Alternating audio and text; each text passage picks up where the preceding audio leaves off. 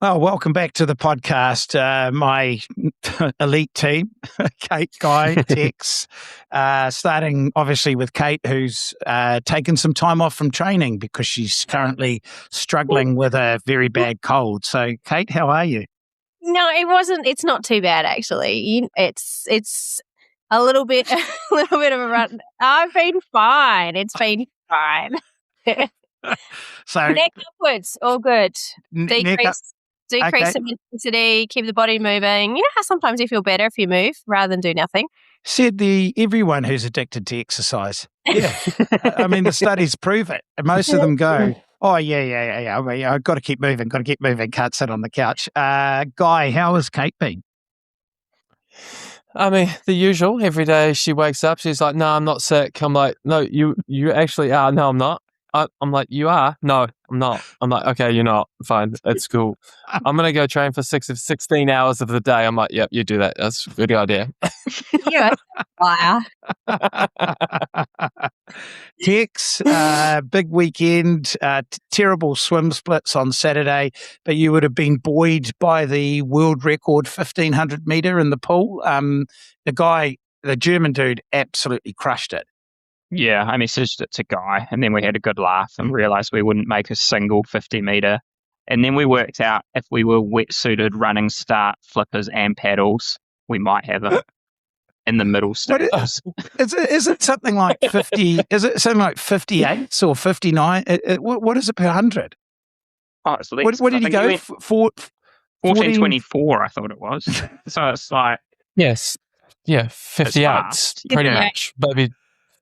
Yeah, it's crazy. It's on, and a couple of 57s. Yeah. Just when you're trying to break the pack, you know. Yeah. I mean, when you switch from like that 2-beat kick to the 6-beat, just to sort of wind up, you know, like you take the clutch off, just in those sort of closing couple hundred. Yeah. How does that actually work? I don't know any triathlete who truly has the rhythm to say, I've just switched from 2 to 6-beat. Guy, are you telling me that in your swim stroke, you've got the 2 different options depending on where the throttle is at any point in time? Just that cruisy 2-beat into the 6? I would say that I mostly do all my tempo threshold with, I wouldn't call it 2 and 6. I would just call it light kick, driven kick. So there's I purposely try to turn off my legs when I'm swimming hard but sustainable. But if I want to do a hard 50 or a hard 100, I'll turn the legs on. It will go to a 6-beat kick. But it's just really, it's like kicking or not kicking for me. Kate, when you first turned up at Swim Smooth, how did they manage to slow down that 17-beat kick that you brought to the table? Actually, I don't kick at all. There is no action happening with my legs. It's all upper body. Now, but there used to be. Yeah. How long did that take to change? I don't know. Maybe a few years. Yeah. It's not easy to do. But it all came down to working with Paul and doing some great drills and skills, but it's definitely much better. And now I have problems kicking. Like if I have to kick, I'm like, I can't, my legs are dead. I'm like, no, I need them for running and cycling. I'm not using them in the water. They do nothing in the water for me. Nothing. Can't take a pool boy off her now. You take that away, she'll be like, shank you. But Tex, you've got a 7 3/4 beat kick, haven't you? So I'd say 1. I've just got 1 sort of gammy leg that sort of trails. Yeah. Like any kick set that comes up, I've got fins on to keep up. And then it's just like, it is what it is. Underwaters, like any skill-based element to swimming. I'm pretty good with paddles though. I'm upper body driven. Pretty much a triangle. I'm here for freestyle and freestyle only. I did some fly the other week. That killed me. Yeah. So, yeah, free, really. Which is good. Okay. That's the only sort of stroke I'm looking to implement in triathlon at this point in my career. I'm not looking to branch out too much. I know my wife sort of dabbled in breaststroke in her early part of her triathlon career. But so you're not Eric Watson. Do you remember him? Eric Watson? Eric Watson? Yeah, I thought we had didn't we talk about this? How he did butterfly in an Ironman? That we were with him? A pro race. A pro triathlon race in Taiwan. For how long? I thought we had this discussion. Did we The talk last about this? 200? Last 200? Like, significant portion. Was he Guys leading? on his- Fly. Yeah. Yes. He was And he leading. just opened up the. Wow. Just to break just because he was bored, just because I do remember that name. He was a US, Eric Watson was a US, no? He's from He's- Perth, but he was living in the UAE. Bahrain. In the UAE? Yeah. Bahrain, yeah. Okay. You could Google it. It's probably got some footage of it. Actually, I think that year was Dylan McNeese might have let out of the water that year. Yeah. And he went on to win the race. And I was with Eric and we were swimming. I was like, this is solid. Like we swam probably about 50 minutes in a lake, so fresh water, decent. And I just noticed this chop coming over me like a boat. And I was like, there shouldn't be a boat in here. There's no need. It's like really safe. And I looked up and he was doing fly. And I was like, Wait, we're like 3 minutes from the end. of an IRONMAN. Yeah. Yeah, Ironman. I suppose if you want to get the blood moving, it's a good way to just sort of prime Wait. VO2. The story gets better though. Like he does butterfly, and then there's a long run to transition, right? Yeah. And you Like a guys are in parade. the tent. Guy, you're in the tent together.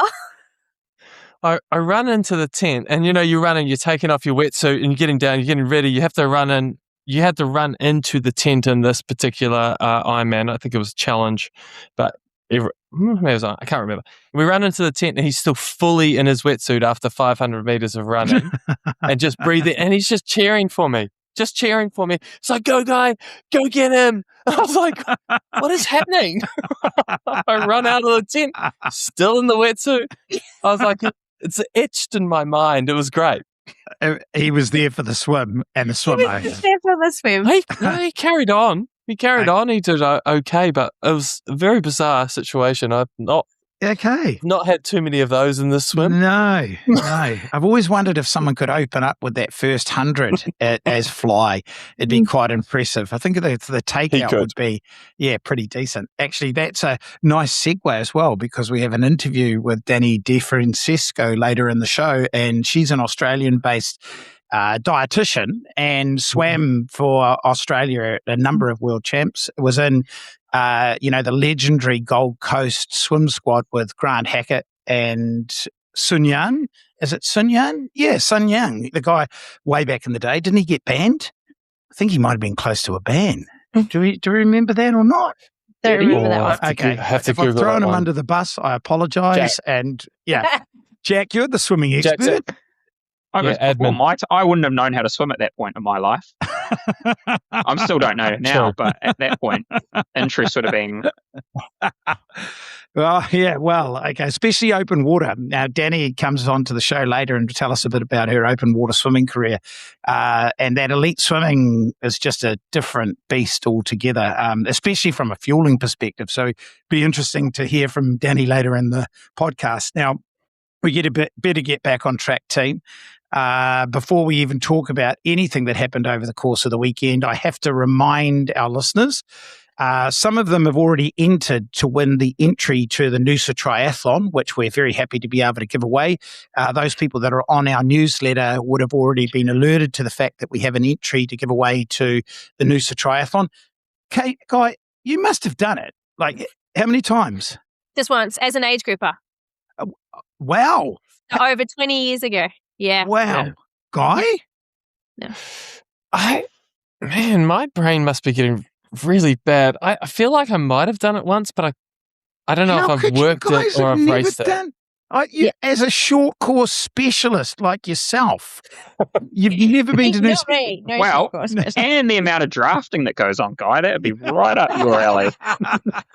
Like a 1 meter rule over there. For that. I cannot believe you've not enticing me back. Oh, yeah, Okay. yeah. Well, I mean, obviously you know about it. It is, I think, still the biggest Olympic distance triathlon in the world. And we all know Noosa as a town, stunning main beach, town centre, the hinterland. I can't believe, Guy, you've not been there, even if it's just for the after party. Because No. I have gone to the after party. I got some good I got some good stories about that. Back in the day, Emma Snowsill and her then boyfriend, Craig who Walt. was it? Craig Yeah, Walton. yeah. Uh, Soon to I don't not know if be I can. together. No. Yeah, yeah. Let's It was just in it's good. case It's good though. just in case Frodo's listening to the show. Yeah, true. But it's certainly one of the pinnacle events on the Australian sporting calendar. The Garmin Noosa Tri, it's ranked probably one of the top 10 races in and around the world. Anyone who's been to Noosa knows everything about the place. It's got to be one of the go-to places to train, but also to race. So for anyone who's still interested in getting their name in the hat to win the entry to that race, they just have to sign up to our newsletter, and that will be drawn in the next couple of days. So there will be some questions they need to answer, and that will be all part of getting your name in the hat for that entry. Now, what did happen over the weekend, team? Any highlights? Let's go T100 first, because I don't think Tex and I got the opportunity to watch that race. But Kate, a female-only race, what do you reckon? I actually really enjoyed it. I thought it was one of the most exciting races we've probably had this season for the T100. There was a lot of action happening, right from the start onto the bike. The bike was quite technical. With some long flat sections and some climbs. There was some drama happening in the bike because the chase group was quite a big group, and so they seemed to be getting quite close to each other, and you could see some of the frustrations happening within the athletes. And again, on the run, we saw like some changes on the run. It was Kate Woff's comeback race, so she hasn't raced T100 since winning the world champs in Qatar last year. And I think she did an amazing job. There was questions. They were talking about how well she would run, because that was the big question mark. She hadn't done the run work, but she still came off and was running like low 3:30s for the majority of it, for not having done much running. Just shows what sort of pedigree that she has. So I thought it was great racing all around. Obviously, Julie came through, which we would have expected to see. And Georgia Taylor Brown was again one of those ones I spoke about being frustrated with what was going on in the bike, but just said it was poor decisions on her behalf. Not necessarily, there was a group and the group potentially weren't working, and so therefore the front got away from the race and she didn't make the right choices when she should have, and that probably cost her maybe being further up on the podium. Okay, you said that you didn't know if Julie could be a threat in Kona. But did Julie produce the fastest bike split?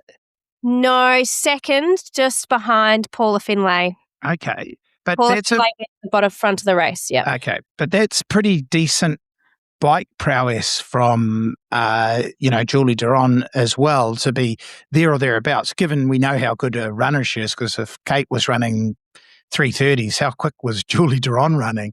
So they were running similar times, but for probably the first, it was only in the second half of the run that Julie really did all the damage. Like Kate was running extremely well and just ran out of that, having had done that volume at that intensity leading into the race. So it just flipped in the second half of the run. Yeah.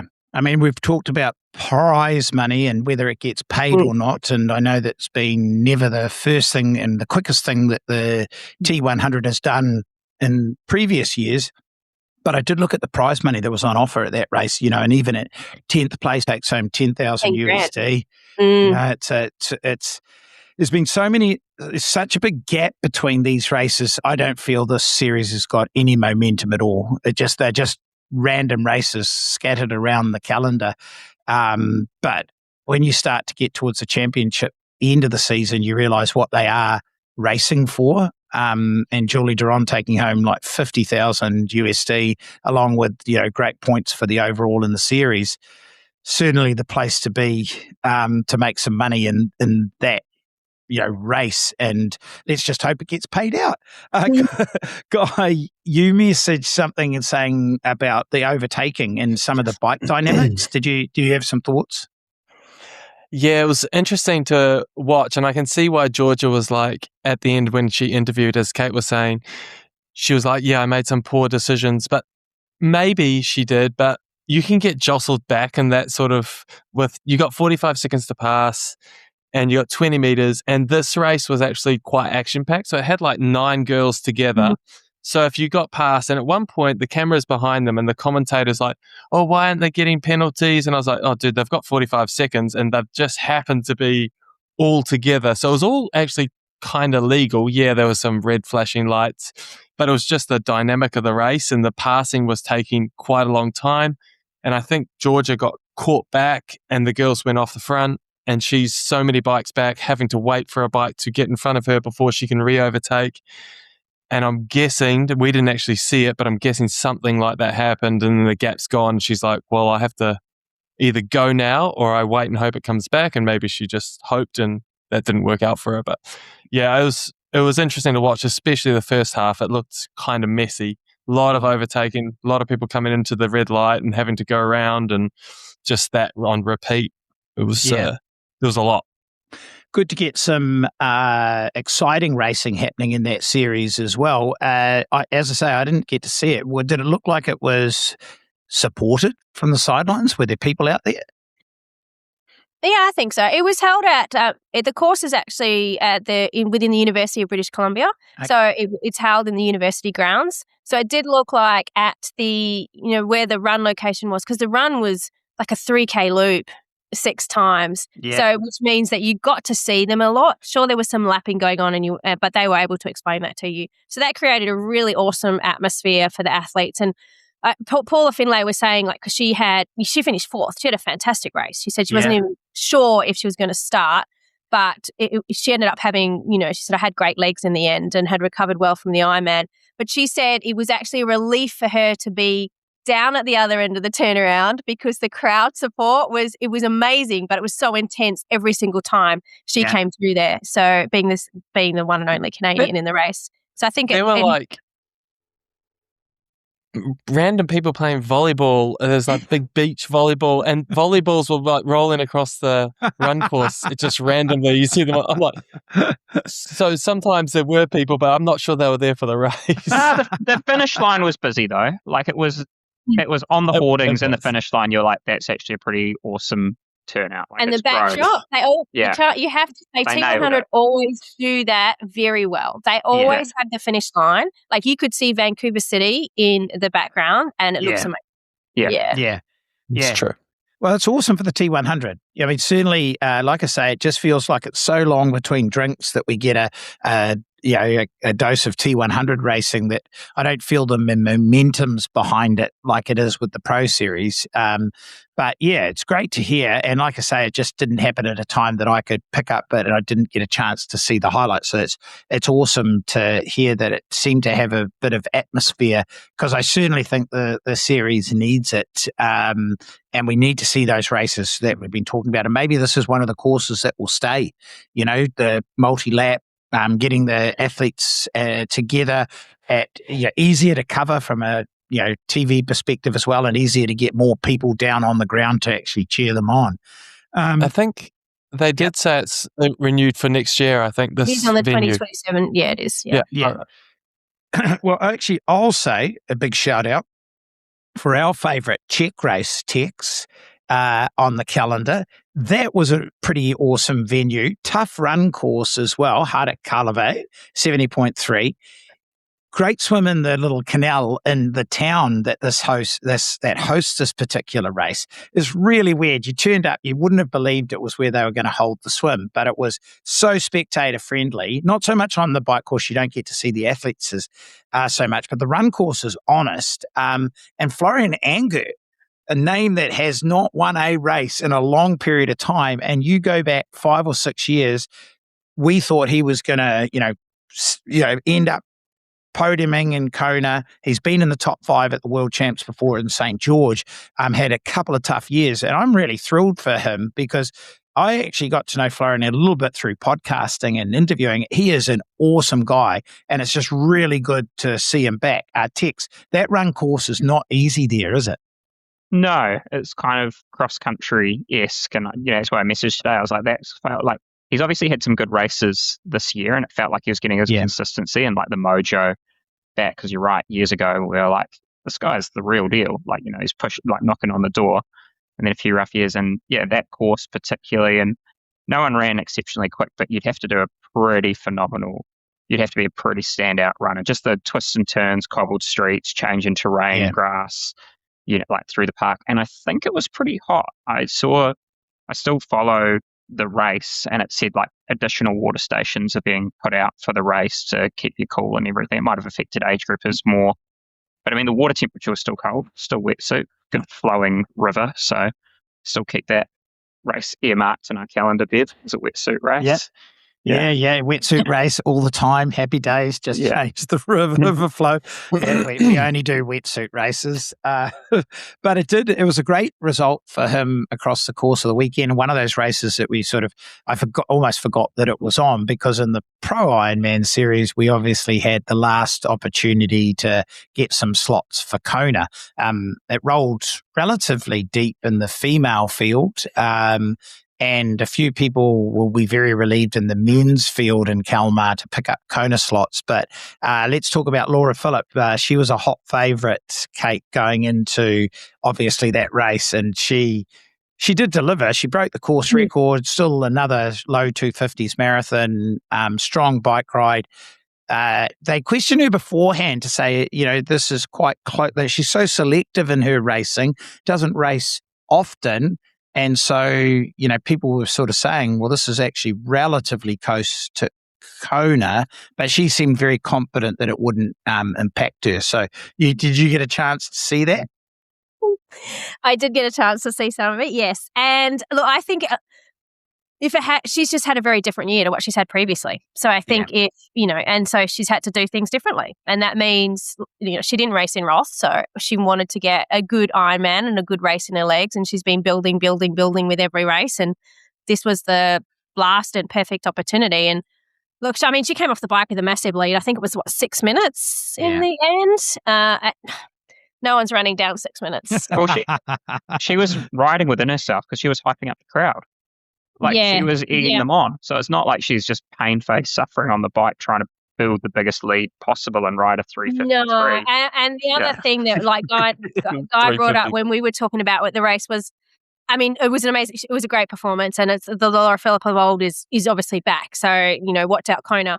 But it was a Pro Series race, and the time difference, obviously, and the points, and she's not a factor in the Pro Series. So now, she's had a great race, but what she has done has now also got a flow-on effect to everyone else in that Pro Series for the ladies.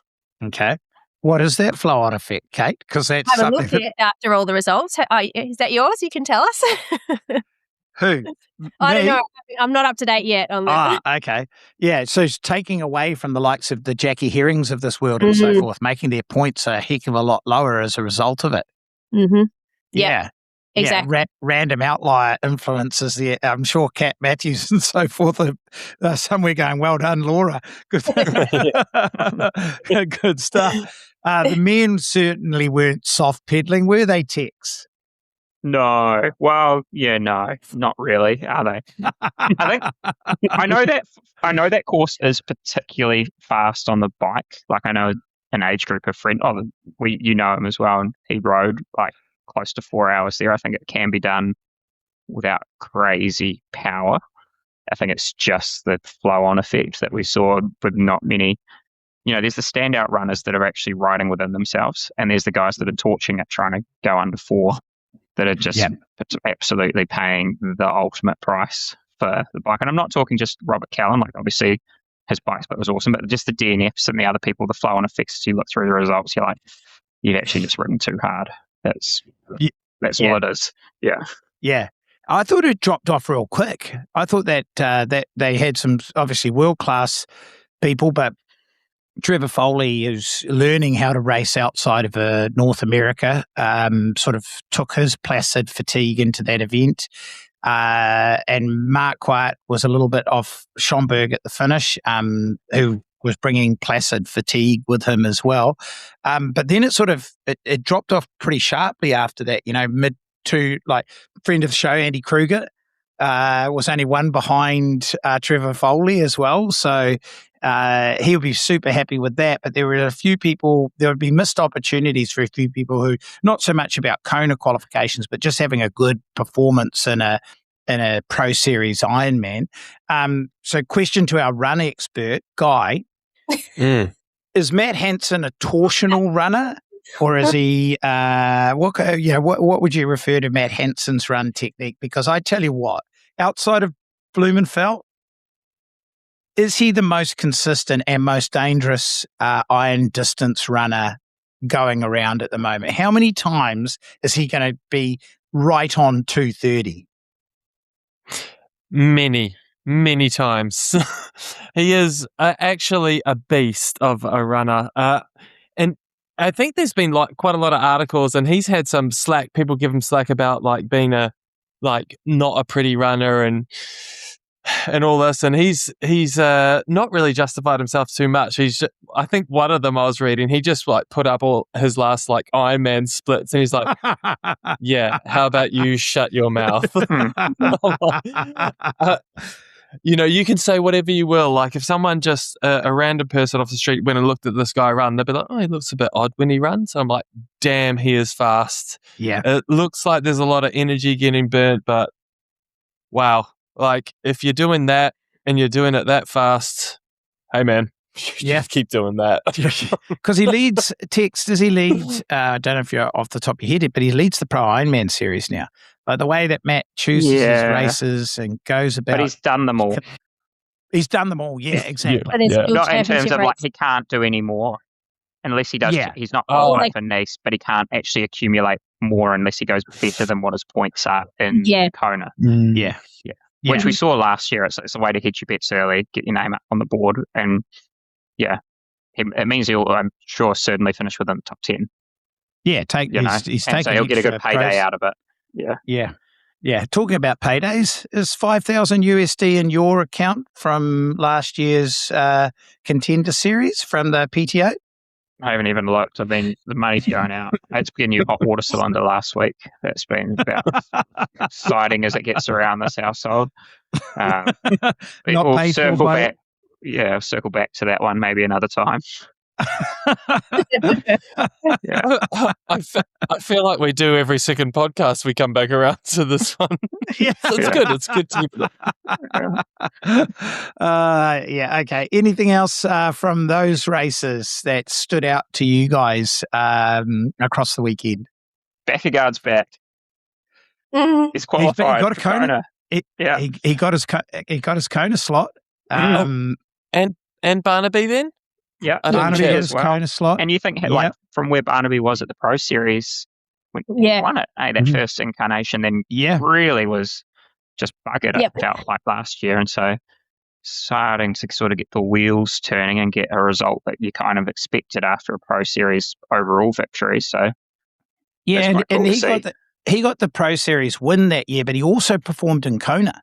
I can't remember where he was in Kona. He's the real deal over the full distance. He didn't just accumulate points like others have done and had success. He's a high quality athlete, and I just think he's, as everyone will do, you win those series and then you go away and think you got to train 20 times harder than what you did to win the series, and therefore you have a bad year. Yeah. I don't know if you could do that in Kate's book. 40 hours is 40 hours a week. No, I've never trained 40 hours a week ever. I haven't. Have I? Never. It's over 5 days. At least 50. At least 50. I squeezed 40 in 5 days. It's only like 8 hours a day, easy. Anyway, there was another 70.3. Jason West might be on again, a bit like Florian Angert, a bit like Daniel Beckegaard, a bit like Barnaby, just starting to make his way back to that middle distance performance that we saw when he was dominating early in the days of the T100 or the what did we call them before the T100? I think they were the championship races that the PTO were hosting. He had a great win. Jackson Laundrie had a great return after injury.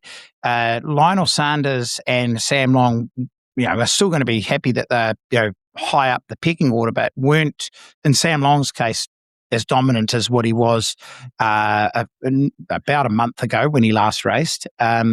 But Jason West, 108 is again Jason West-esque running, and it was off a really, really strong bike ride. I know Jackson Laundry and him worked together for a long part of it, but Jackson Laundry got away in the end. He really made some big time gaps in what looked like the last 20 Ks, getting off the bike about 3 minutes up on Jason West. But when you put together like a 108 high, you're going to run a lot of people down. So Tex, that is a pretty solid all-round performance by Jason West. Totally. I mean, he's got the swim pedigree to put himself always in that sort of circa front pack. So it's kind of, he's not having to sort of ride himself into the race like I call the other boys like the North American bully boys, like your Trevor Foley's, he wasn't in that race, but, like Lionel, and they're the sort of, they bully the North American circuit, and that's through riding up and through and riding hard. Even Jackson's not quite the swimmer that he probably was a few years ago. Like, the sport's evolved enough that he's not a front pack swimmer consistently. He's probably that front of the chase pack swimmer, and he has to ride through. So it was interesting dynamics to sort of see in how that race, I was only through the tracker this morning because it wasn't streamed, sort of unfolded. And yeah, I mean, that Ben Randall ran a 107, I'm pretty sure, but it's a common case of I've been there, done that way further back, that you're running into maybe the back end of the prize money at that point. But impressive to see that there's someone with that sort of run pedigree coming through the sport as well. Yeah. And you almost came out of retirement, Kate. Is that what you're saying? Again, assessing the women's times? No. I think, look, Grace Alexander came away, I think it was her third 70.3 this season, and she sets it up with an extremely strong swim bike coming off the bike with a couple of minute lead. So then it was just a matter of hanging on, which she did. There was, some runners coming through from behind, but not having enough real estate to run her down. Kiwi, Beck Clark, coming away with a podium finish for her. So I saw she took her slot for 70.3 Worlds to Chattanooga. So I think it was an opportunity for a lot of new names, names that we haven't seen at too many of the, big races. Obviously, America has a lot of professional triathletes compared to other countries. So it was, there was a lot of talent in the field coming up through. Yes. Were you saying there was quite a few ladies that didn't start that were supposed to start? Yeah. Yeah. Yeah. Well, Chelsea Sodaro was originally on the list as well. Oh, wow. Okay. Mm-hmm. Yeah. Second race Kate was on it for Chelsea. At the time. You got in the way of your 50-hour training week, that's all. What did I do to you guys today? Nothing. Nothing. Yeah. As the 12th most liked triathlete in Western Australia, you're just an easy target. Okay. No, I think obviously timing of the race, and a lot of athletes are in the US. If they're prepping for a championship race, they're either in Europe or they're in the US. They're not in Australia. They're not in New Zealand. It's winter. So except for you, Tex. Yeah. He's doing hot water cylinders and stuff. He's busy. Yeah. That's why I got upgraded, so I can have a hot shower. Well, actually, one of the things out of the men's race that I thought was interesting, and the question I'm going to have to ask, and I know Lionel Sanders was pretty happy with his overall result because he's coming off the back of yet another injury. I think what Lionel was quite open about is that he has actually suffered at the hands of, he actually said it in his post-race social media post about the fact that the last couple of years have been beset with injury, and diet is one of the things that he has attributed this towards. Now, anyone who's followed his online YouTube account would have seen a lot of his videos talked about the fact that he found out in the last couple of years that he's severely underfueled himself. It's come home to haunt him. And I've always maintained this over my work as a coach in the last few years. The damage that's been done is not immediately rectified just by all of a sudden eating more. There's some of the breakdown in musculoskeletal function and system and integrity that takes a very, very long time to turn around. And Lionel was not normally, so I think he ran like 74 ticks. Do you think was that roughly his time? It certainly wasn't what we've known him to be able to run. I don't know whether this is the last that we'll see of Lionel Sanders qualifying for any of the championship races. I know it's tough to say this, but he's not a spring chicken anymore. And staying away from injury long enough to actually put together the type of training that he needs to do across all three disciplines to get back to where he could win races. And I know this sounds weird because it was less than probably a year ago he won, or 2 years, he won Oceanside and a few other 70.3s back to back. And I think it's only Sam Long that's won more 70.3s now than what Lionel Sanders has in North America. But I don't know. Anyone have any particular strong thoughts as to whether this is the best we're going to see of Lionel Sanders, and will we see him back being one of these North American bullies that Texas affectionately referred to him as? Yeah, he won Texas at the beginning of the year, didn't he, in March? Was that a strong... Oh, he did, but then he got injured basically the week after, or that race created an injury that has now seen him. That's all right, though. Still a few of those. You asked if he was still going to win. That was my answer. I said championship races. Is he going to get to the point where he can qualify for any of these championship races again? I know that obviously he did in Texas. May have not. Yeah, for Nice, but he can't go because he's not fit enough. What about over the iron? Yeah, what about over the iron distance? Thoughts, Guy? I think I'm with Tex. Will he win races? Yes, he will win races again. Will he run fast again? Yes. Will he be competitive at championship races? No, is the answer. Okay. So it's just that. And he's proved over the last sort of 5 years that that's not the case. And probably somewhere in one of his YouTube accounts, he said, oh yeah, I will be competitive. I won't be competitive. I want to win Kona. I don't want to win Kona. And there'll be to and fro in his head or whatever else is going on in there. But I don't think that he even believes that he can be competitive against the swim bikers that are getting produced like Schomburg and those guys are they're going to be up the road. There is more chance, I think, of him being somewhat competitive over. No, I don't think he can be competitive over championships at 70.3 either. But hard 70.3s with good caliber guys, he can still be competitive. I think he's very good at that, running very hard off for 21K. Okay. What do you reckon? Tex, you're like... I agreed. I gave you the love part. I was trying to find an emoji thing on this platform to just be like, wow. Come on, Kate. You must have an opinion. Well, I mean, what do you mean? What's being competitive? Is being competitive being on the podium, or is being competitive being in the top 5 or the top 10? Because now if you go to a Pro Series race and you're in the top 10 for some of, these races, that's competitive. Well, that's a great race. So can he do that? I think only the 0.3 distance. I don't see him being competitive over the Ironman distance anymore. Yeah. Okay. Interesting.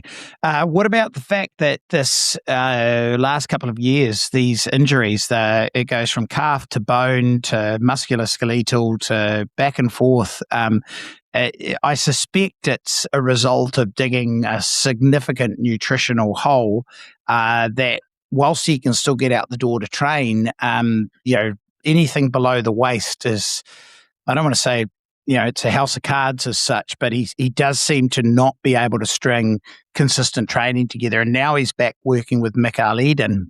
You would expect that the load is being managed pretty closely. But even then, as Tex mentioned, he did win in Texas, but I think that created an injury that has derailed his attendance at any world championship or even the ability to qualify for it. Have you ever seen that effect from a nutritional mismanagement in any athletes that you've competed against or even, seen from a coaching perspective, Kate? Yeah. Look, I'm sure there has. I'm trying to think off the top of my head, throughout my career and coaching, but 100% there has been. But do we know about it? Probably not so much in the past when we didn't have, Instagram, or we didn't have the social media and people sharing things they've been through. But you see it a lot lately in professional cycling for women. Like, a lot of them are coming out and saying, I've had this issue with nutrition and eating disorders, and I need to step away from the sport and get myself healthy again before I can continue to compete. And it's the same in it's the same in the women's event. And that the problem is the season's so long, and now as a professional, the season is 12 months. Like, you can race in January and February, and then there's championship race guitars in December. I mean, there's pro series races, or big Ironman events, or you want to qualify early for the next year. So it's where is that downtime, and where do you have that break before you build again? It's changed. Well, I know Lionel got things so terribly wrong, which I do think is a component of being self-coached as well. But Tex, you sent through something to me the other day, and it was a study looking at a number of what are the most common sort of sports watches, from Apple Watch to Galaxies to Fitbits to Garmin's, and looked at their, I'm wearing one. Who's got a Garmin on at the moment? No, are you data free at the moment? No, I've got my Whoop on.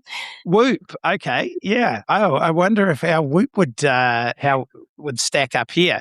But the study sort of validated these sports watches against, laboratory grade metabolic assessments, and it turns out that these sports watches tend to be pretty poor at counting calories. And I don't know what you guys do, or whether any of your athletes do. Are they relying on some of these watches to actually help them understand what their energy expenditure is? About a year ago, I could have asked Tex this question because he'd be banned from saying anything bad about Garmin's. But do any of you guys use these watches or take any of these metrics into account when they tell you what your new VO2 or your new calorie expenditure is? Can't say that personally I've ever done that. No. We have for Kate racing, which now that you say that, I'm like, oh, well, we probably buggered that up. But we did it when she does ultra. When she did ultra racing, we took the calorie count from her Garmin's, and then we tried to match that with, work out what she'd lost, and then try and get back to at least status quo before the next day. But remember, that's a very, very long race to. But on a whole, not so much. No, not every day type usage. Yeah, but because it was back-to-back racing days, we would take my Garmin off my bike. They would calculate what I'd had during the day, during the ride, say the 275k day. Look at it and be like, okay, you're under. You're under at this much. First thing you need to do is equal. So straight away I would equal, and then I would start carb alerting for the next day. So we did that to try and stay on top of it. So that's a very interesting way that you guys used it with the Ultra, in terms of at least giving you some sort of caloric number for you to try to follow, whether the estimate of the watch was correct or not. But it was encouraging you to try to at least match or equal. And look, I mean, whether it was perfect, it gave you a plan. It allowed you to actually plan for what you were trying to do from a nutritional perspective. An ultra is one thing, but one of the things I saw recently was the caloric demand from the female Tour de France. And if we talk about that being an exercise in its own right from a fueling perspective, I'll give you some of the numbers, because Demi Vollering, who won this year Tour de Femmes, the numbers that I'll give you show at the far end of the spectrum of what it looks like to fuel an ultra distance event. So over 9 days, Demi consumed just over 9,000 grams of carbohydrates. So that's 36,000 calories, from carbs alone, before you even worry about the fat and protein that goes with that. So on average, that's around 1,000 grams a day, or roughly 4,000 calories in carbohydrates alone. And that's what really surprised me about that is only about a third of those calories, about 3,450 grams, or let's say 13,000 odd calories, was actually eaten while she was on the bike from within race fueling. And like you guys were talking about with Kate's Ultra, it was about trying to get enough in to get her through that day's training, but then you needed to try to eat on top of that for the following day. And so the rest of what she did in terms of breakfast, lunch and dinner, if she even had the time to do that, involved somewhere around about 600 grams of carbohydrates each day as well. So that's 2,400 calories that she had to consume in carbohydrates alone, outside of what she took in during each stage of racing each day. So you think about that. And you think about the volume. So she's easily starting to trend towards daily caloric intakes of between 5,000 to 7,000, if not more, calories per day. And a huge component of that is coming from just carbohydrates alone. So I pray, and I know this won't be the case, Demi wasn't using a watch to make those calculations. When you guys did it for the Ultra, Kate, was it more food than you felt comfortable eating from a stomach perspective? No, I didn't find that, because the intensity is not super high, and I'd been training with all types of food and all types of real food. So I didn't do it just on gels, and I didn't do it, just on anything like that. So I was having different things throughout the day. But there was a lot of guesswork in it, because they would know how much was in a bottle, and then when the bottle was empty, I'd throw it back, and was there a little bit left in the bottle, or, those sort of things. So they were actually recording as I was throwing things back throughout the day, and it was, but again, we didn't do it the first time. The first one I did, I struggled a lot.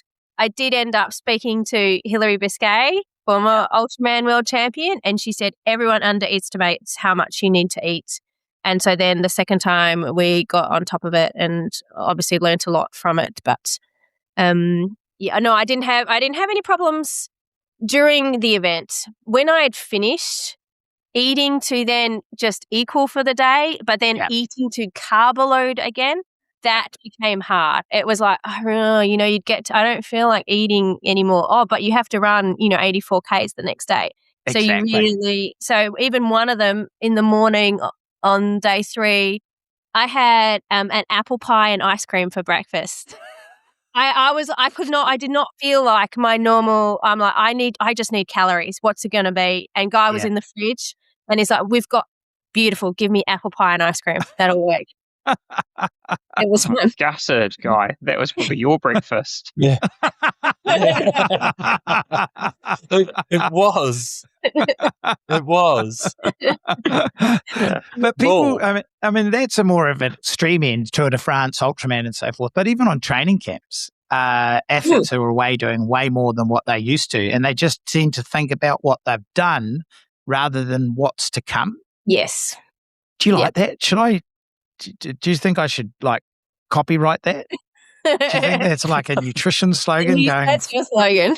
Yeah, that's my nutrition slogan going forward. But that's what's happening in the Tour de France. So like a lot of this was the Tour de France nutritionist for Demi said that if she ended the day in a 400 caloric deficit, that takes away from her energy for tomorrow.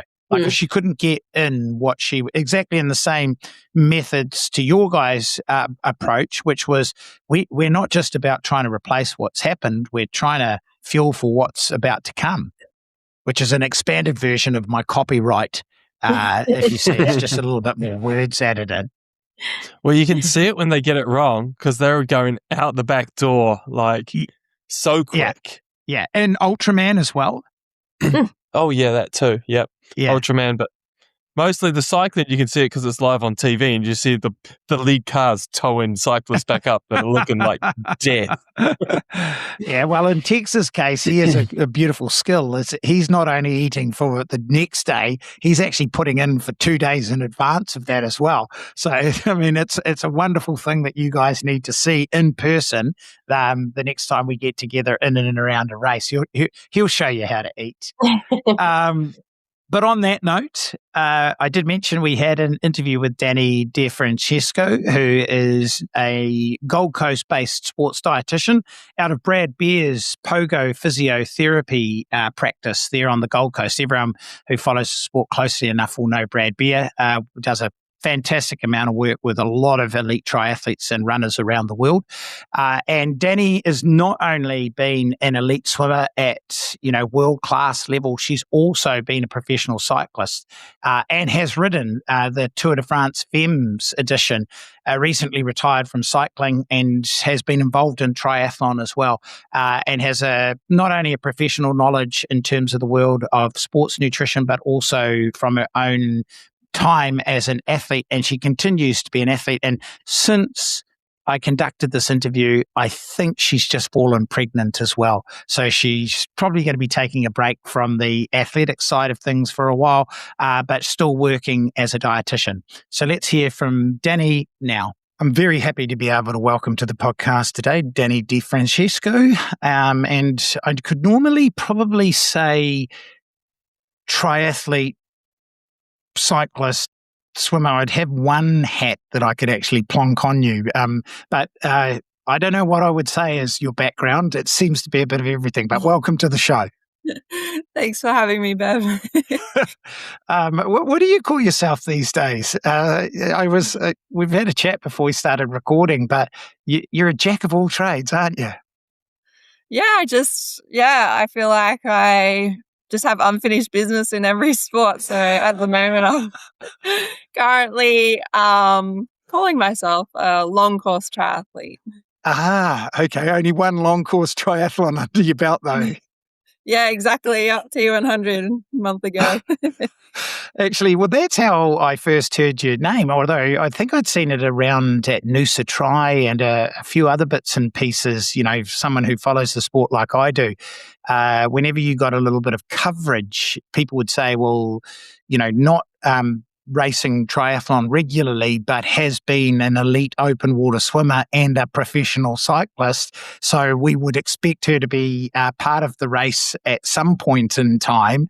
And I kept seeing this name, and then I saw the T100 at the Gold Coast, and it's like, wow, okay, you've been offered an opportunity. But it sounds like that T100 in the Gold Coast didn't come off a specific build to the race. Yeah, it was only a very short prep, but I did try my chances, and I definitely couldn't say no to the opportunity. It wasn't the best lead up, I must say, with an injury a month before, but I just came off the pro circuit in Europe with my cycling team and thought, I will be ready by March. I want to give it a crack. So just dove straight in. Yeah, so you do a bit of your work as a dietitian with Brad Beer out of Pogo, and in the sunny Australia out there on the coast. And if anyone can solve a rolled ankle, it's Brad. But he said he did say that you did a decent job of it. Yeah, super lucky to be working alongside Brad. I've got him just next door to me, so I can just see him whenever I need. But super knowledgeable, and he was onto it straight away for me. Okay. When did this fascination with endurance sport start with you? Because I don't know how you've packed all this into your life so far, especially the level that you've got to in the single discipline sports. If you go all the way back, it doesn't surprise me that you swam. Nearly every Australian who lives on the coast has probably swum seriously at some point in time. But when did you first start your swimming career? I would have started when I was around 7 years old. So I've been swimming since I was very young and went to nationals and got some medals when I was younger. And when I moved up to the Gold Coast when I was around 14, The head coach at Miami, Dennis Cottrell, saw me swimming and said, you should be a pro swimmer and come into my squad. So that's what I did and committed and went to 4 world champs. 4 world champs, man. If Dennis Cottrell rolls alongside you on the side of a swimming pool and says you should be a pro swimmer, you're going to listen. I mean, I'm sure you were probably like anyone would be almost starstruck. I mean, what kind of swimmers were you swimming with at that time? Anyone who was swimming in Cottrell's squad through that era is going to be names that just roll off the tongue. Yeah, well, Grant Hackett, and then Sun Yang, he was a part of the squad for a lot of the years. So, yeah, definitely some high-level names in there who would swim laps around us. But, yeah, pretty cool to be amongst their names at the pool. Yeah, what a training environment. So that was, what were you then, early teens? Yeah, I would have been mid-teens until maybe mid-20s. Mid-20s. Doesn't mid-teens to mid-20s as an elite swimmer leave most athletes so burnt out that they never get back in the pool again, or they don't do any other form of endurance sports? They just go away and chuck the weight on and give it all away. Because, I mean, what was your training load back then? What are we talking? Because you not only obviously with the pool swimming as such, but you transitioned into elite open water swimming. And I mean, those are 5 and 10K races. So you must have been doing a shitload of training. Oh, yeah, it was crazy in comparison to the sprinters in the lane next to us. They would do one effort and then sit around for half an hour. We were just laps, 9 sessions a week of between 6 to 8K. So up towards 60, 70K weeks. Okay. Plus a cross training and 2 gym in there as well. So wow. Okay. Yeah. The transition to open water, because you would have probably been in an era where open water's definitely become bigger and bigger and bigger over the last few years. But back then, I don't want to age you at all. It was only just starting to be something that athletes took to the next stage of their career. Would that be right to say? Yeah, it was quite new back then. Not very known. So when I said open water swimmer, people, sort of wondered, what is that event? And then when I said, who does that? Okay, they said, you're crazy. Yeah. But it's a lot more popular now. Yeah. Well, you went to, what was your best performance in World Champs open water? It was 8th in the 5K in China. Wow. Okay. Describe to me open water swim racing at that level. Does it feel like you're full gas the entire way? Because how long is that taking you to get through that in terms of a race duration? Yeah, the 5K is an hour and the 10's 2 hours. It's pretty much full gas from the gun because you don't want to be stuck mid-pack getting crumbled for 2 hours straight. So, you're using a lot of energy at the start and then settling into a pace once you've got a good spot in the pack there. Yeah. So, you're always thinking about something and someone and who's hitting you and tapping you. So, it's never boring. But yeah. Although you did mention to me just before that you felt the cycle peloton was a place where you might lose your life when you're a professional cyclist. I would suspect some of the brutality that it gets handed out in terms of an open water elite swim pack would be pretty physical as well. Yeah, it is. You end up with a few scratches and swollen eye and face. Yeah, definitely used to all the rough and tumble, but cycling is just, I guess, another level. You know that you could end up with a serious injury. I'd prefer to be open water. I'd prefer to be bashed up in the open water any day over going around in a professional cycling peloton. Okay. Yeah. So when you get out of professional swimming and, the open water scene as well, you've always had a few triathlons floating around, because I think if you can swim in Australia, you would have done a triathlon as a kid. But how did you get back into triathlon? Because around about 2016, you're back racing a series of World Cups. Like you do quite a few sort of World Cups and European races across that year. Had you been shoulder tapped by Triathlon Australia, or were they looking for people who were showing single discipline talent? So how did you end up back and racing at that level? Yeah, so it was more so just my decision. And then it was actually quite hard to get on the start list for things like the World Cups. It was sort of, I only had a very local, unknown coach who, obviously was not known to Triathlon Australia. So it was very hard to get my name out there and get on the start list. But once I showed a result here and there, and I also did the Super League series. So that also was a really cool experience, and showed my swim bike strength. And the Olympics as a domestique was on the card, so that's what I started to work towards, my swim bike. Yeah, okay. So being a swimmer as well, Olympics is huge. To being part of the Olympics, that might have been quite alluring, but COVID comes, doesn't it? And it sort of put paid to all of that. Yeah, threw a spanner in the works, and then all those World Cups were all cancelled, and travel plans were all cancelled. So that put everything on hold for a while, and I just started to do a few more local races, some more cycling races, and I was not traveling though, unfortunately. Okay, all right. So what about the cycling then? So, I mean, obviously, you mentioned you're racing locally in Queensland racing. Your bike has always been something that has been recognised by triathlon, the swim bike combo. But when did you know that you had the bike was good enough for you to become a pro? So I just did some of the local races and the Queensland series, and then I did the NRS, eventually the national series. I did nationals itself in Ballarat a few times. So I knew I had potential because I was thereabouts, and even podiuming at some of the Queensland races locally. Yeah. So and that's when I got approached by just the Specialised Women's Road team, actually, and said, do you want to do some of the Queensland races with us as a team? And I couldn't say no in that time. It was quite boring, no racing, and good cross-training and experience to do some. But that leads on to going over to Europe, which is quite a big change, really, isn't it? Because the domestic racing scene is one thing, but to race on world tour level and getting into Airbnb hotels team, that's a big step.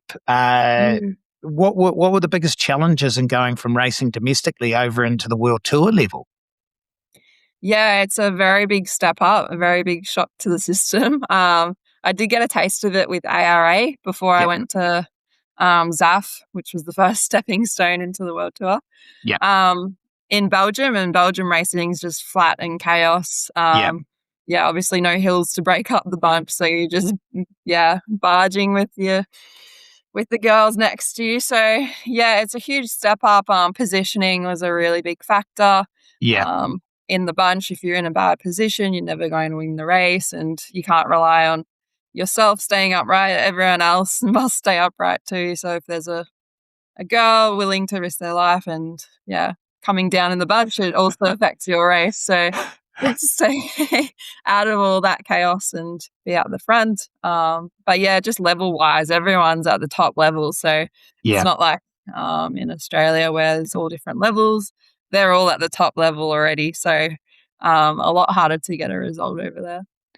Were you studying at the same time through this? Were you doing your nutrition degree at that point in time? Seems like it would overlap.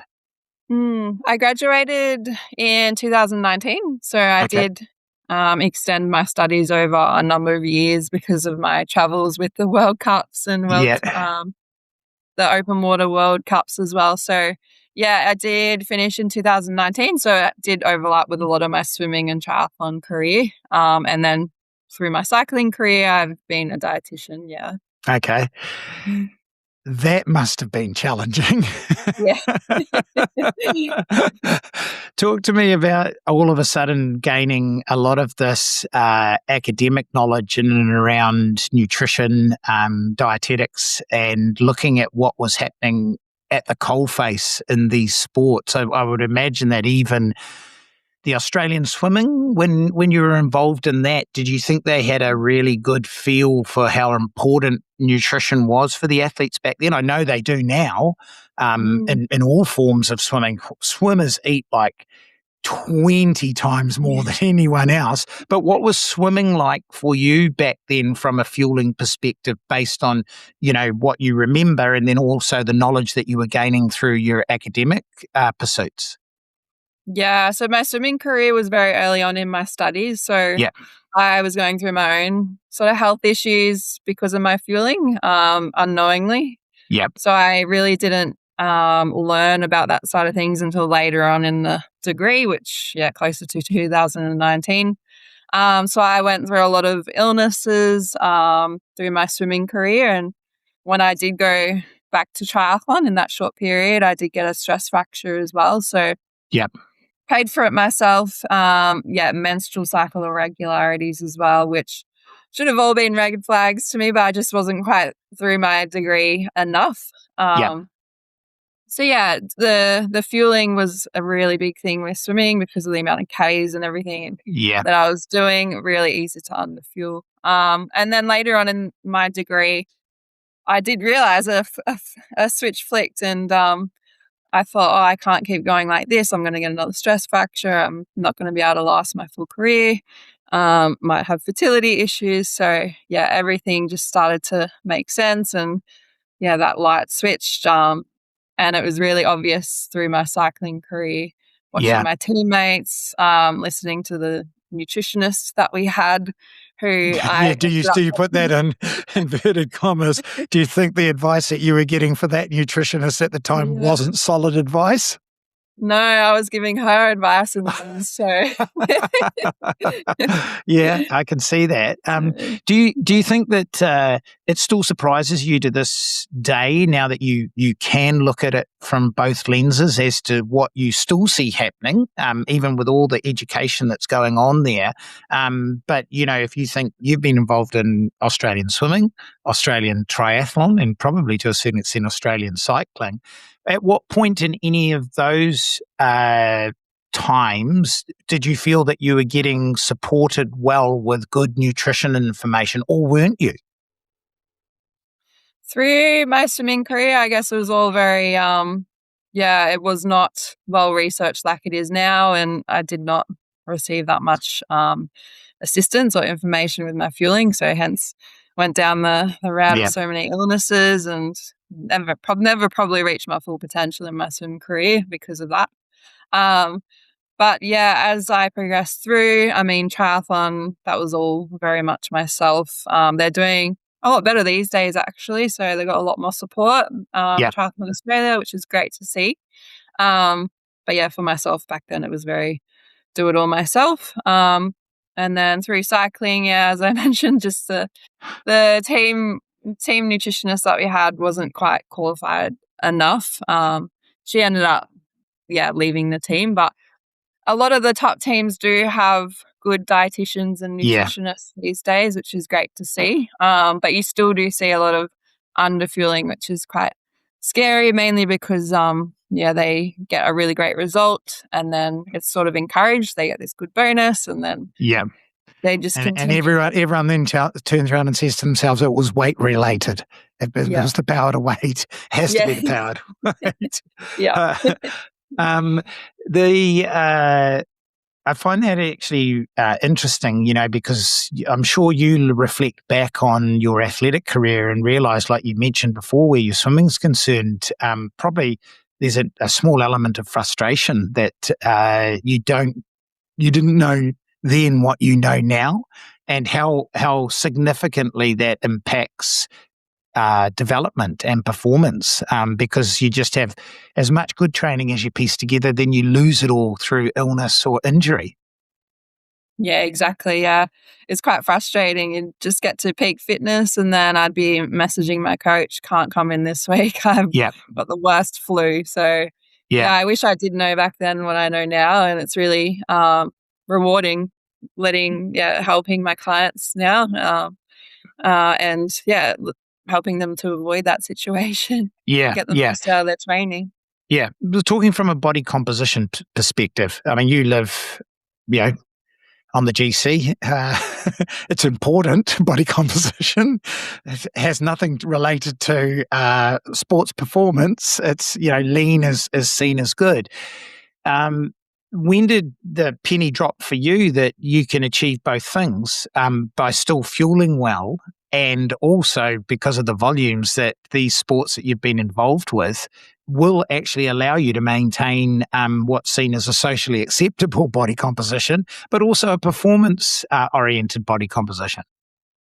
Yeah, I mean, body composition is all different with every athlete. There's no set one body composition suits everyone. So I realized probably later in my career as a triathlete that doesn't matter what body comp you are. If you're doing the training and consistently, you're going to get more results than if you are to be say leaner and getting sick and bone stress injuries more often. So it's definitely a balance. But you're better off being more consistent than underfueling and trying to look a certain way. And it's a lot more common these days to be following that path. So more so being consistent and getting the most out of your training rather than being as lean as possible with the research that's out there now. Yeah, definitely. Well, going through cycling as well, I think, it's a huge change, hasn't it, in the last couple of years? I'm sure you started to see that as well, as fueling has been seen as the next performance advantage, isn't it? And not just in terms of optimizing intake during the event, but also in and around the event as well. And we're seeing some incredible performances from those athletes that can stay really, really healthy and get the training in. But then we're also having this another new frontier of discussion in and around, gut tolerance, GI distress, training the gut and moving towards higher and higher intakes of fuel. Was that ever part of your journey as a cyclist? To fuel, sorry. so to train the gut and fuel and try to optimize how much you could take in during the event. Yeah, for sure. I mean, everyone's different. Some of my teammates would go up towards 120, 130 grams per hour, but myself personally, it was more so around the 90 grams per hour. So everyone's a bit different, but it is, trying to work out what best suits you. You don't want to be on the lower end, otherwise you are on the back foot. Because fueling, you can't be falling short anywhere with your fueling because it's just such a high level over there. You won't be keeping up with everyone else. And it's a lot more well known now. And everyone's a lot more knowledgeable about what's required and how many carbs are required, which is really good, but still a fair few gaps over there. Yeah. Well, at the professional level, probably less and less, but at the amateur level, so you come back from cycling, your contract's finishing, and so it was time to come back to Oz and resume your next phase of your athletic career, which is long course triathlon. All of a sudden, one race under your belt, but that's good. I mean, if it's one race and it's the T100, you're not going to say no, because I guarantee you made a bit of money from that event. Yeah, I mean, just being on the start line, you do get a little bit of prize money, but I did want to do the best result that I could, but that was all I had on the day. Yeah, fair enough. Okay, yeah, well, it's still, I mean, it's not last. It's it's a payday, rolled ankle and all, but you're back, and you've done Noosa Tri. And what's the race? What races are you actually building towards at the moment? If we're now a long course triathlete.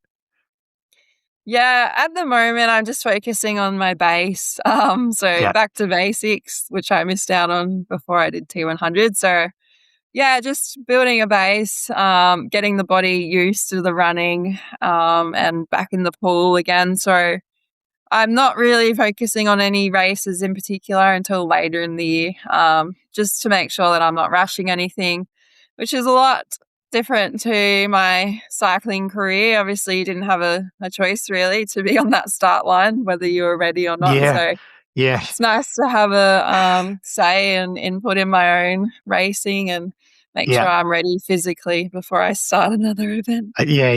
Bike racing is you're racing this weekend. Now you're racing again, and you're racing midweek. You're racing next weekend, and you're there to be used almost in that role. So you can be a bit more judicious with race selection. Okay. I'm sure it's going to be good. Maybe the T100 will reach out and say, "Do you want to come to Spain?" or something like that. Yeah, that's the dream. Yeah. In your work as a dietitian then, and you're working alongside Brad, and obviously the whole facility there at Pogo is well established. It sees a lot of athletes, and I'm sure you work synergistically alongside the physiotherapists and everyone else involved in that practice. What are you seeing come in through the door most regularly that you feel is directly related to nutrition, where had nutrition been better, we might have avoided this outcome? What does the clinic typically see most often? Yeah, a lot of bone stress injuries. So I work really closely with Brad and the other physios there who, can do a lot on their side with rehab and getting stronger. But then nutrition is such a big factor in bone stress injuries, and it's a very common injury that I will see pretty much every week. In my Okay. If you have someone come in, I suppose it's one of these things. I suppose the physios open the door and go, bone stress injury, bone stress injury, bone stress injury. But it's ridiculously common, isn't it, amongst athletes out there training for the marathons, training for triathlons and so forth, where sometimes the absolute training load is actually not that great. If you think of what you did as a swimmer and as a cyclist and as a long course triathlete, there's many amateur athletes that are arriving with these issues where the training load and even the biomechanics are probably not the root cause. It's probably filtering back to nutrition most often.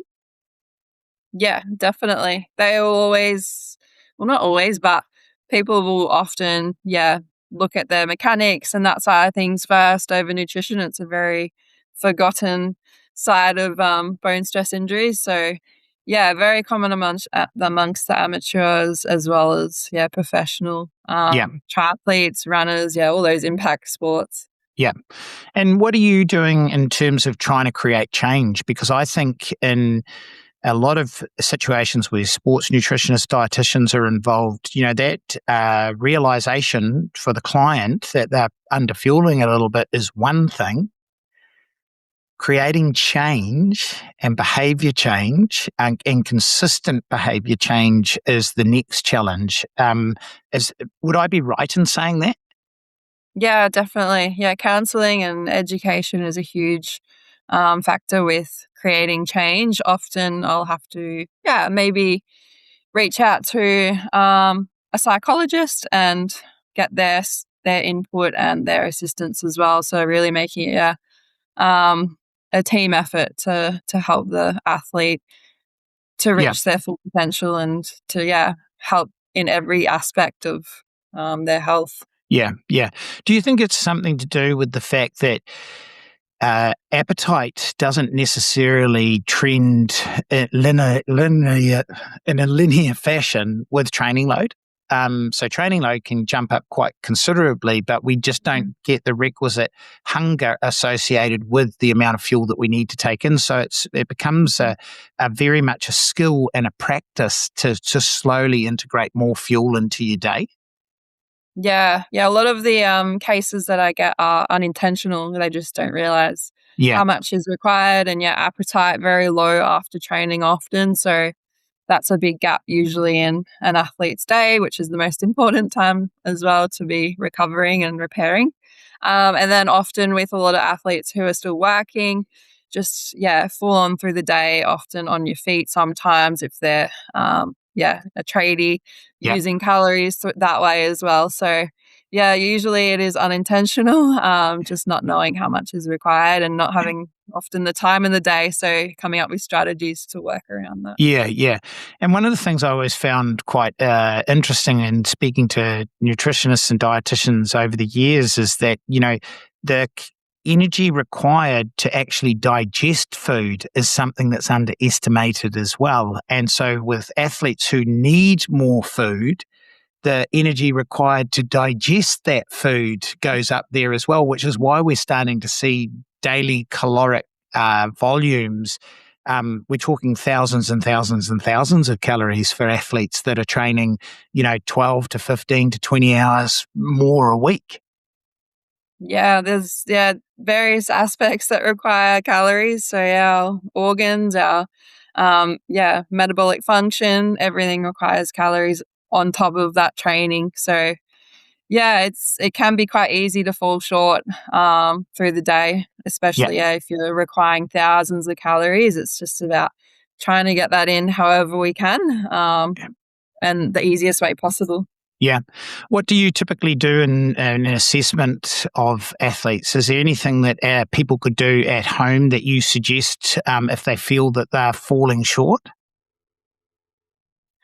Yeah, I guess just be aware of your body and your symptoms. If you're feeling tired at any stage or your power numbers are dropping or you're getting sick often, any menstrual irregularities, obviously reach out to a professional or a dietitian and we can have a look. But from home, obviously just writing your foods down might help sometimes and having it on paper, looking at it that way. But even then, you need the knowledge of what to eat and how much. That's often a question, how much of this, how much of that. So always good to reach out to someone like myself. Yeah, definitely. How do you normally assess total calories? Because there's so many different apps and devices out there now that some of them have some degree of accuracy, some of them don't. I'm sure the Dietitians Association has a very simple way of assessing this. But how are you making those assessments on what the caloric needs of the athlete are? Yeah, so often the client will come from Brad and he will get the athlete to do a DEXA scan, which will tell us the lean mass of the athlete. And then from there, I can work out their energy requirements and whether they're in that adequate energy availability bracket. But lean mass is differing between every athlete. So it's good to get that particular number, and the DEXA scan is gold standard. So much better over your other formulas that calculate energy requirements. Yeah, it's really hard to get a DEXA scan here in New Zealand, but you guys can just walk in off the street and pay for one, can't you? Yeah. Pretty much, yeah. And that can be quite revealing because not only are we looking for lean mass so we can make some metabolic calculations, but it does tell us what the state of our bones are. Yeah, for sure. Yep, bone density is a really important one. Yeah. Do you think that between men and women, there's a difference in terms of what you're seeing at the coalface coming into the clinic, or do you feel that we can be getting it wrong across both sexes on a regular basis? Yeah, I'd say it's quite equal these days. Very equal in my clinic. Do you think that it's also the fact that men would be surprised by that? Because men, do they come in relatively surprised to find out that this is an issue for them? Yeah, usually, especially because their requirements are so high. Males naturally have a higher metabolic rate, so require a lot more calories and fueling. And it's very easy for them to just fall short unintentionally and not know. Yeah. And when you are counselling someone to greater nutritional intake across the day, is it smaller but frequent? Is that the way that you tend to approach it? If they are trying to just get that that greater intake in when appetite, like I say, doesn't necessarily always be the driver? Yes, it always depends on the athlete, though. Everyone's a little bit different. Obviously, if they can't be eating all day with work, then we'll have to come up with a different strategy. But I do try and get the athlete to really prioritize the food, even if they're at school or at work. Just sneak in a little snack in the back row. Yeah, well, that's actually really interesting because you've actually mentioned, and this is something not just for the athletes out there themselves when they're thinking about their own situation, but a lot of them are parents of kids. And for someone like yourself who came through teenage sport, what are some of the things parents need to be considering here when they're thinking about, because they're the ones that generally, put the food in the kids' mouths. Are we seeing issues develop there because the parents aren't aware of what's required to fuel for their sports? Yeah, for sure. So the parents do, they are such a big influence on the athlete and what they eat. So it's important that they do come into the appointments with with their child. Otherwise, we would be, it'd be very hard to be making changes to the athlete themselves when the parent is the sole. What would parents be looking for in terms of behaviour change in the kids from a red flag perspective that you might be saying to them, this is what you need to look out for? Yeah, so usually sort of body composition changes if they're noticing their child's losing any weight. If other parents are saying, oh, your child's looking very skinny, or those sorts of comments, or the child's coming home from school with a full lunchbox, that's a big red flag. And another common one is a child's friend taking their food at school, which is not ideal, especially as an athlete. Can you cover bullying? Is that something that you give advice on as well in and around nutrition? But it is an important factor as well, because a lot of our listeners to the show will have kids, and whilst they're only thinking about what's happening to them, it can easily be forgotten exactly what the caloric needs of the kids are. We have a great health clinic over here called Access Sports Medicine, and they have a really great tab on their website about dealing with youth athletes as well, because it's the problems that start back then that if we can avoid those, then we can have even better and more successful athletes as they age. Maybe something that you could say for yourself with the swimming career. Yeah, it's such an important time of life where an athlete's building their peak bone mass. Hormones are building. So such an important time for the athlete and the parents to be educated on fueling and the amounts that are required for the athlete to set them up for life and build their peak bone mass, make sure they're got that base and bone density. Yeah. Well, you live on the GC. I bet you're pretty busy, which is not a good thing. I mean, I suppose it is and it isn't, but I've been talking about this low energy availability leading on to worse situations of relative energy deficiency for years. And it always still is fascinating to speak to people who are busy working in that space. I'm sure you consult in other areas that aren't about solving issues as such. But if you put your professional hat on, it's still a big problem in ultra endurance training for people out there that we're getting this wrong probably more often than we'd like to see.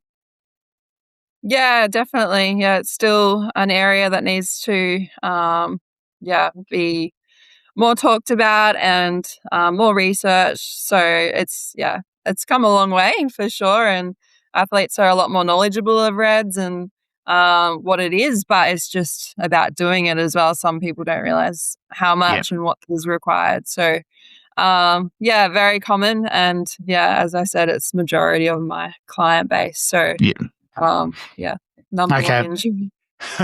Well, look, we will put your contact in the show notes as well. So you're not that busy that you can't take on new clients should they arrive at your doorstep, because you're there to help. But happy to help. And Brad's there to help as well. And it's a great clinic. How long have you been working for Pogo now? It would be almost 7 years now. Okay, wow. Yeah, and that the whole clinic has evolved so much in that time as well. Yeah, it has. And yeah, I'm so grateful to be building and working alongside Brad and the physios there. So knowledgeable. All right, Dani. Well, thank you very much for your time today. Awesome to catch up and chat about your own career and where you're heading with the sports dietitian world. And like, I wish you weren't as busy as you are, but I mean, the nature of the beast is this is a problem that we're still trying to find lots of solutions for. So best of luck with the training to whichever race you're heading to next. And we hope to catch up with you again in the future. Thanks, Bev. Thanks for your time. Well, thank you very much for your time this weekend. Lots of racing and lots of other great discussion. On that note, Kate, get better. You pull that 3-hour run back to 2.5 hours tomorrow. And yes, good to see you all again, and we'll catch up next week. Thanks. Sounds good. Bye. See ya.